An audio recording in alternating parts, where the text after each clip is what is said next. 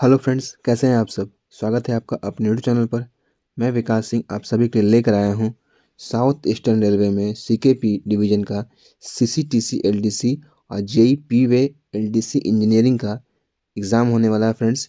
22 दिसंबर को जेई का एग्ज़ाम है और 23 दिसंबर को 2024 को सीसीटीसी का एग्ज़ाम है फ्रेंड्स। ठीक है, उसका अति महत्वपूर्ण सवाल लेकर आए हैं फ्रेंड्स। किस विषय पर? तो डिसिप्लिन एंड अपील रूल्स का फ्रेंड्स। ठीक है, कुल 53 प्रश्न है फ्रेंड्स। एग्ज़ाम से पहले आप इसको देख कर ही जाएं फ्रेंड्स। ठीक है, बहुत महत्वपूर्ण है फ्रेंड्स। एग्ज़ाम में इससे क्वेश्चन एकदम आएंगे ही आएंगे फ्रेंड्स। तो फ्रेंड्स, ये है हमारा वो क्वेश्चन। ठीक है, डिसिप्लिन एंड अपील रूल्स का अनुशासन और अपील नियम। ठीक है फ्रेंड्स, तो चलिए शुरू करते हैं हम लोग। पहला क्वेश्चन है कि जांच अधिकारी की नियुक्ति करने हेतु मानक फॉर्म की जारी किया जाता है। कौन सा फॉर्म जारी किया जाता है? तो SF7 जारी किया जाता है फ्रेंड्स। ठीक है, SF7 में जांच अधिकारी की नियुक्ति करने हेतु मानक फॉर्म है ये। ठीक है, अच्छा, SF11 जो है उसका उपयोग किस लिए किया जाता है? तो माइनर पेनल्टी जब देगा आपको तो वो हो जाएगा SF11। ठीक है, अगला क्वेश्चन है आपका अनुशासन एवं अपील नियम के अंतर्गत अपील की समय सीमा कितना दिन होती है? तो 45 दिन होती है। कितनी होती है? 45 दिन होती है। बड़ी शास्ति और छोटी शास्ति का आरोप पत्र जारी करने के लिए मानक फॉर्म संख्या क्या है? मतलब forms are use for issuing major and minor penalty chargesheet क्या है? तो मेजर के लिए है फ्रेंड्स SF5 और माइनर पेनाल्टी के लिए है SF11। ठीक है, अगला क्वेश्चन है SF5 जारी करने पर छोटी सस्ती भी अधिरोपित की जा सकती है। मतलब minor penalty can be given on issuing of SF5। मतलब SF5 जब जारी कर रहा है तो उसमें भी माइनर पेनल्टी दिया जा सकता है। तो यहाँ ये सही बात है। SF5 जारी करने पर छोटी सस्ती भी अधिरोपित की जा सकती है। मतलब कि मेजर पेनल्टी के साथ साथ उसको माइनर पेनल्टी भी देगा। ऐसा कर सकता है। नौकरी से हटाए गए कर्मचारी को अपील प्राधिकारी से हस्ताक्षर हेतु साक्षात्कार हेतु पास दिया जाएगा। ठीक है, तो employ remove from service can be issued pass for personal interview by appellate authority. तो सही है। ठीक है, अगला क्वेश्चन है निलंबन, सस्पेंशन या D&R। Suspension comes under rule number 5। Suspension जो है कौन सा रूल में है? 5 है। किसका? DAR का। तो ये सही है डिसिप्लिनरी एंड अपील रूल का सस्पेंशन जो है वो रूल 5 नंबर में आता है। ठीक है, निलंबन निलंबन सस्पेंशन इज अ पेनाल्टी क्या है? False. Suspension is not a penalty, तो फॉल्स है, गलत। सस्पेंशन एक पेनाल्टी नहीं है। क्या अप्रेंटिस पर DAR कार्यवाही की जा सकती है? अगर आप अप्रेंटिस कर रहे हैं तो वहाँ पे आप पे डिसिप्लिनरी एंड अपील रूल्स का कार्यवाही किया जा सकता है? तो नहीं, उसमें आपका नहीं किया जा सकता है। ठीक है, अगला क्वेश्चन है अनुशासन एवं अपील नियम कब से प्रभावी है? तो DAR जो है अनुशासन एवं अपील नियम जो है वो 1 अक्टूबर 1968 से प्रभावी है। ठीक है, कब से प्रभावी है? 1 अक्टूबर 1968 से प्रभावी है। क्या पास PTO रोकने की शक्ति के दौरान पदोन्नति की जा सकती है? Promotion be done during the penalties with holding of privilege pass and PTO। तो हाँ, प्रमोशन हो सकता है। पास PTO अगर रोक दिया है तो भी आपका प्रमोशन जो है वो हो सकता है, क्योंकि उसका जो पेनल्टी है वो तो पास PTO रोकने का ही पेनल्टी लगा है यहाँ पे। बाकी तो और पे तो कुछ लगा नहीं है, तो प्रमोशन तो आपको देगा ही देगा। ठीक है, अगला क्वेश्चन है under which rule of DAR is inquiry officer nominated. अनुशासन अपील नियम के तहत जांच अधिकारी की नियुक्ति किस नियम के तहत किया जाता है? तो रूल 9 के तहत किया जाता है।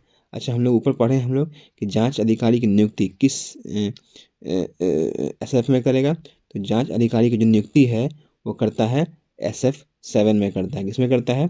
SF7 में करता है, जांच अधिकारी की नियुक्ति करता है ना। और किस नियम के तहत करेगा? तो नियम है 9 के तहत करेगा। ठीक है, SF7 देगा और किस नियम के तहत इसको नॉमिनेट करेगा इंक्वायरी ऑफिसर को? रूल 9 के तहत करेगा। SF3 किसके द्वारा हस्ताक्षर जारी किया जाता है? Under whose signature if SF3 issued. तो है ना, SF3 जो है वो सस्पेंडेड एम्प्लॉय के लिए इस्तेमाल किया जाता है। SF3 जो है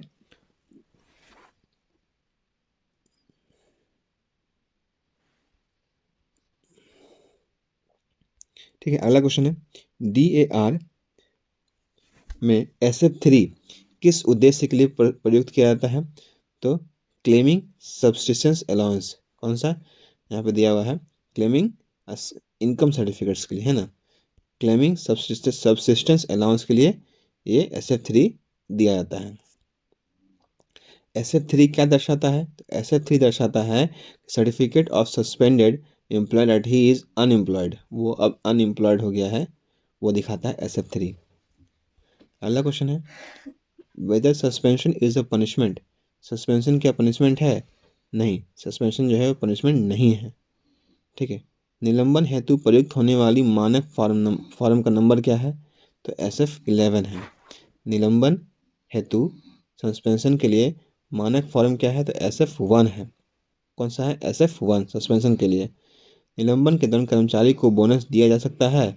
नहीं, बोनस उसको जब सस्पेंड है तो बोनस उसको नहीं देगा उसको। ठीक है।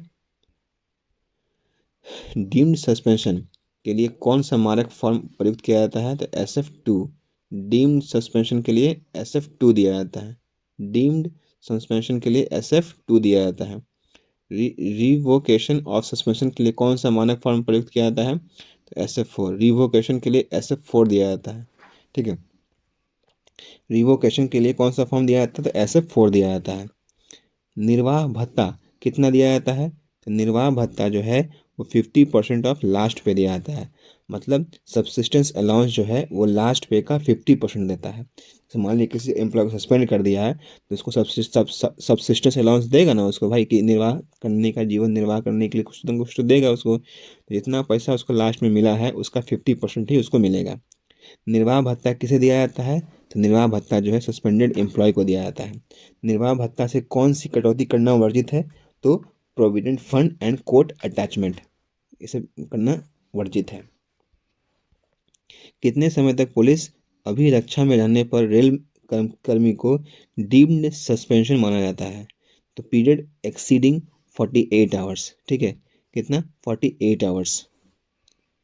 मतलब कितने समय तक पुलिस अभिरक्षा में रहने पर रेल कर्मी को डीम्ड सस्पेंशन माना जाएगा? तो 48 आवर्स रहेगा, तो उसको डीम्ड सस्पेंशन माना जाता है उसको। ठीक है। निलंबन की अवधि प्रशासनिक कारणों से बढ़ने के कारण निर्वाह भत्ता कितने % बढ़ाया जा सकता है? तो 25%।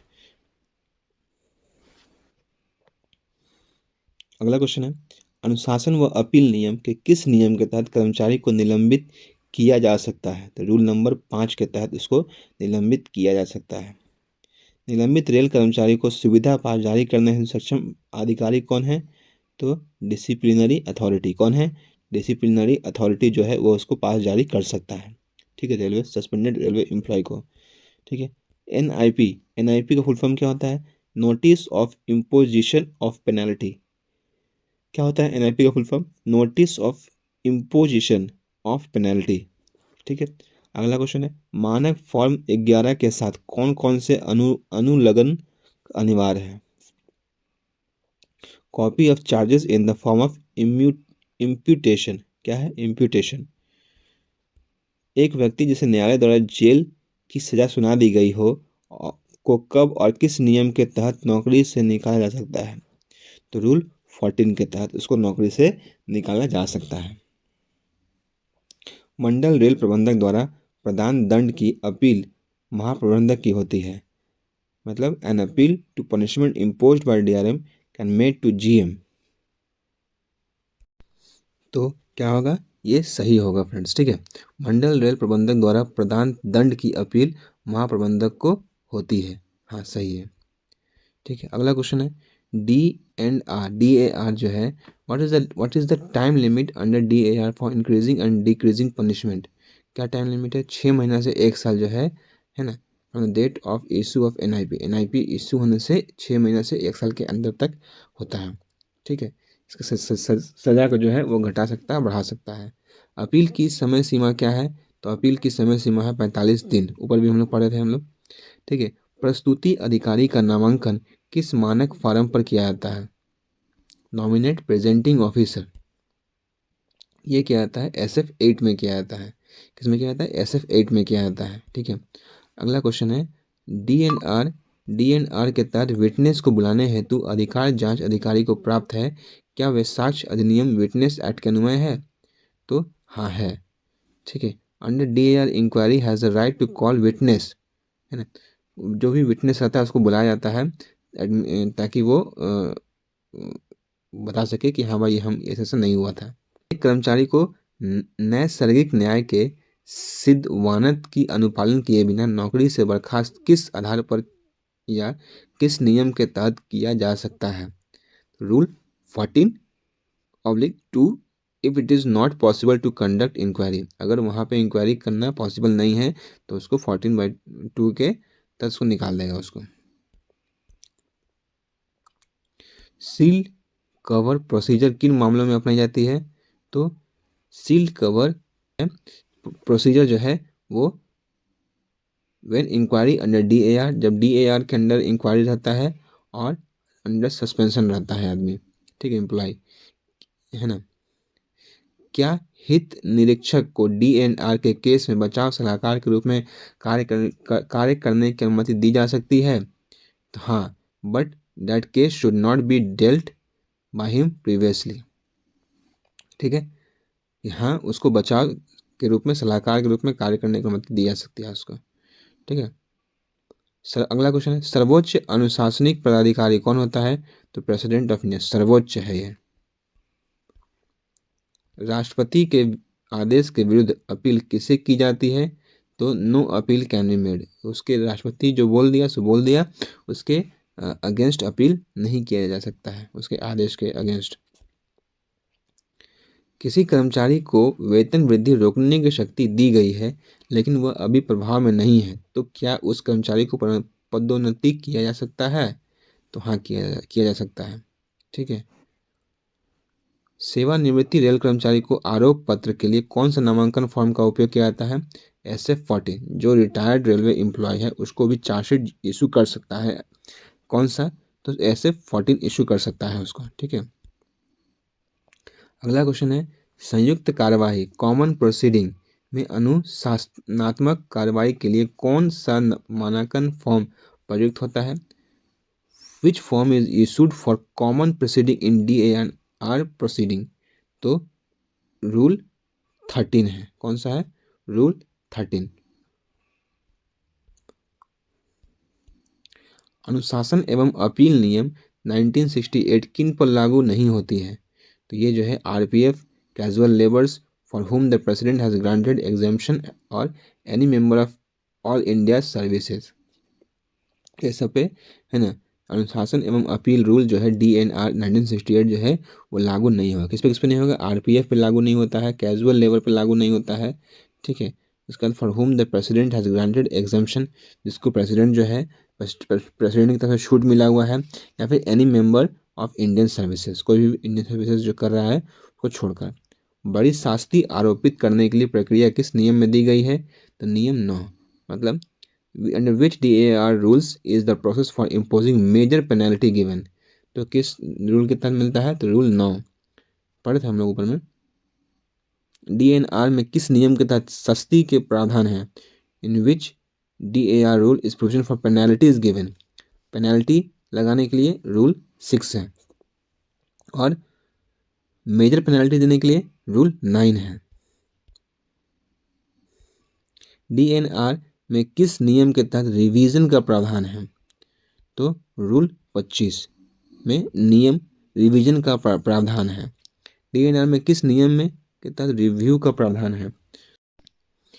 तो रिव्यू का प्रावधान किस में है? नियम 25A में है। अगला क्वेश्चन है बड़ी शास्ति के आरोप पत्र के साथ कितने अनुलंघ अनेक्सर होते हैं? मतलब मेजर पेनल्टी के साथ कितने अनेक्सर होते हैं? मेजर पेनल्टी चार्जशीट के साथ कितने अनेक्सर होते हैं? तो 4 अनेक्सर होते हैं। ठीक है, अगला क्वेश्चन है 12 वर्ष की सेवा अवधि के पश्चात अनिवार्य या जबरन सेवानिवृत्ति किए गए कर्मचारी को पेंशन दे है या नहीं है? तो हाँ है, पेंशन उसको मिलेगा, subject to the condition he has 10 years qualifying service, लेकिन उसका ये कंडीशन होना चाहिए कि 10 साल उसका सर्विस कम से कम होना चाहिए। ठीक है, अनिवार्य या जबरन उसको सेवानिवृत्ति करवा दिया गया है तो उसका कम से कम 10 साल अगर उसका कंडीशन है कि सर्विस है किया होगा सर्विस वो, तो उसको मिलेगा उसको पेंशन। ठीक है, ग्रुप डी के कर्मचारी जिसे रिमूवल का दंड सहायक अभियंता द्वारा दिया गया हो अपनी रिवीजन किसे प्रस्तुत करेगा? तो सीनियर डी को प्रस्तुत करेगा। किसको प्रस्तुत करेगा? सीनियर डिविजनल इंजीनियर को प्रस्तुत करेगा। ठीक है, अगला क्वेश्चन है, संविधान के किस अनुच्छेद के अनुसार नियुक्ति पदाधिकारी ही किसी को पद से हटा सकता है? तो आर्टिकल 311 का क। ठीक है, इसमें क्या है कि इसमें है कि अब according to the article appointing authority can remove any one from his और हर पोस्ट में जो अपॉइंट कर रहा है वही किसी को हटा सकता है उसके पोस्ट से। संविधान के किस अनुच्छेद में न्यायसंगत न्याय के बारे में उल्लेख किया गया है? किस कॉन्स्टिट्यूशन के बारे में नेचुरल जस्टिस के बारे में उल्लेख किया गया है? तो 311 का 2। ठीक है फ्रेंड्स, तो ये है फ्रेंड्स हमारा 53 क्वेश्चन 53 क्वेश्चंस जो आपके एग्ज़ाम के लिए बहुत महत्वपूर्ण है। फ्रेंड्स, आप लोगों को वीडियो कैसा लगा? वीडियो अच्छा लगा तो वीडियो को लाइक करें, सब्सक्राइब करें चैनल पर अगर नए हैं तो, और वीडियो को ज़्यादा से ज़्यादा शेयर करें ताकि मेरे भी मनोबल को मजबूती प्रदान हो। मिलते हैं अपने अगले वीडियो में, तब तक के लिए जय हिंद, जय भारत।